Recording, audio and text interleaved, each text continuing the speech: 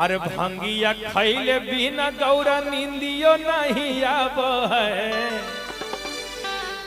ए गौरा अरे तनी सब भांग पिला दा। माई पार्वती कहते हम कहनी ना कि माखन अनि माखन मलाई खाए अनि खाए के हता खाई हमरा से भांग नहीं खे पिसाई। अरे वो चली होने भगवान शंकर उठ गईले आ जाके कैलाश पर्वत पर सूत गईले। अब माई पार्वती भी सूतल बड़ी लेकिन भगवान शंकर के नींद नहीं खेआबत तो बार बार उठ के बैठो तारे फिर सोतो तारे फिर उठो तारे फिर बैठो तारे सूतो तारे नींद नहीं खेआबत। आधी रात के अनि माई पार्वती उनका से अनि पूछा तारे कि हे भोलेनाथ आखिर भइल का रउआ न सूता तानी न हमरा के सूते दे तानी आखिर भइल का। तो भगवान शंकर कहत रहे के गौरा तू तो जानते बाड़ू जब तक भांग ना खाई तब तक नींद कैसे पड़ी और जब तक पेट में कुछ ना रही तब तक नींद होई। बजरंगी भैया चंदू भैया भगवान शंकर मैया पार्वती से कहत अरे और भंगिया खैले बिना गौरा नींदियो नहीं आब है। और भंगिया खैले बिना गौरा और नींदियो नहीं आब है। अरे गौरा हे तोहरा दायो नहीं आब है। गौरा हे तोहरा दायो नहीं आब है।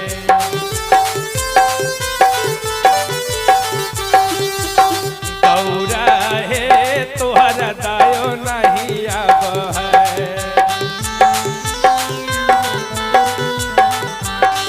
अरे भंगिया खैले बिना हे गौरा नींदियो नहीं आब है।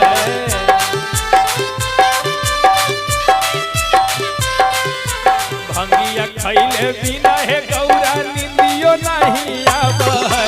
गौरा हे तोहरा दायो नहीं आब है। गौरा हे तोहरा दायो नहीं आब है।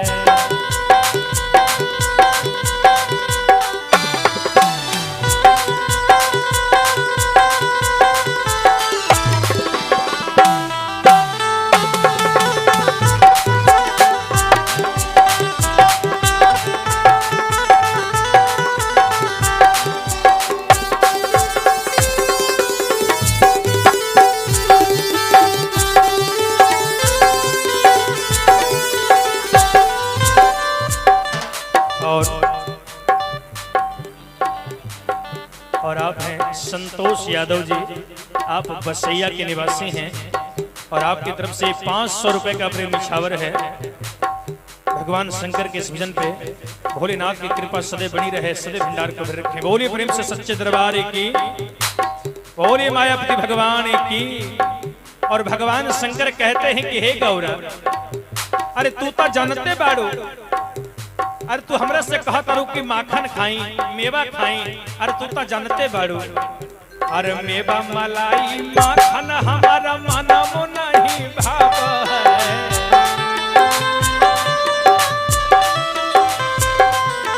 मेवा मलाई माखन मिसरी मनमो नहीं भाव है। गौरा हे तोहरा दायो नहीं आब है। गौरा हे तोहरा दायो नहीं आब है।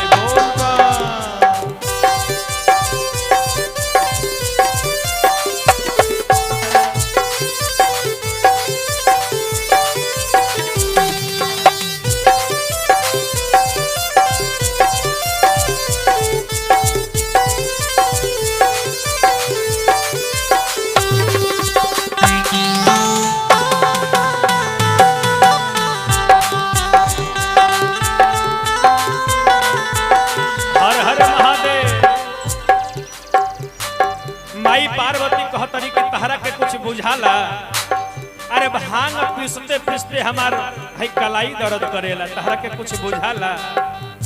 तब भोलेनाथ कहतरी के गौरा काहे उदास होबत तारू सुना ना काहे करै छो गौरा मुखवा मलिन हे तोहरा के कीन देबो भांग पिसक मशीन हे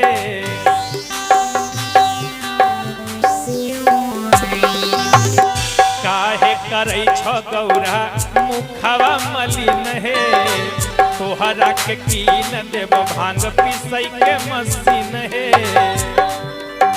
ए गौरा तनी हमर बात के सुन देखा यदि ना मानबू तो तोहरा के है नया जमाना है एगो तोहरा के मोबाइलो हम कीन के दे दे लेकिन हमर बात के माना अरे चिलम धराई दा हाथे से अपना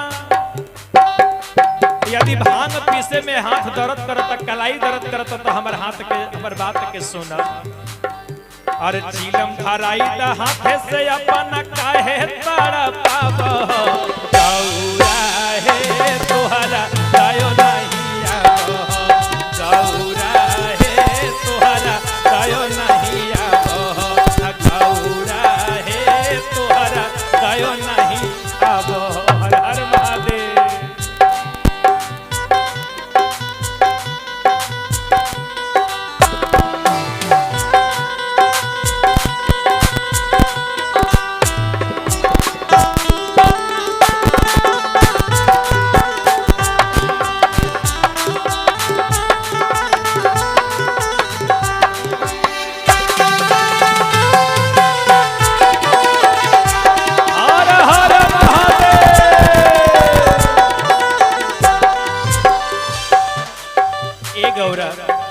इतने ना आहा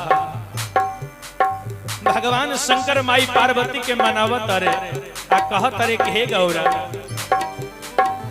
तू ही तहा खो जन्म के संगतिया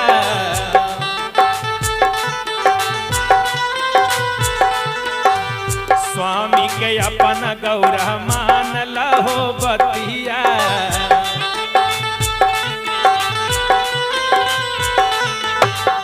खो गौरा जन्मों के संगतिया अपना स्वामी के गौरा मान लहो बतिया ए गौरा ये तने ना आ देखा ना दुआरी पर आइल बड़े के अरे राम से आशिक बालक बेदरती तोहरे अलख जगाबो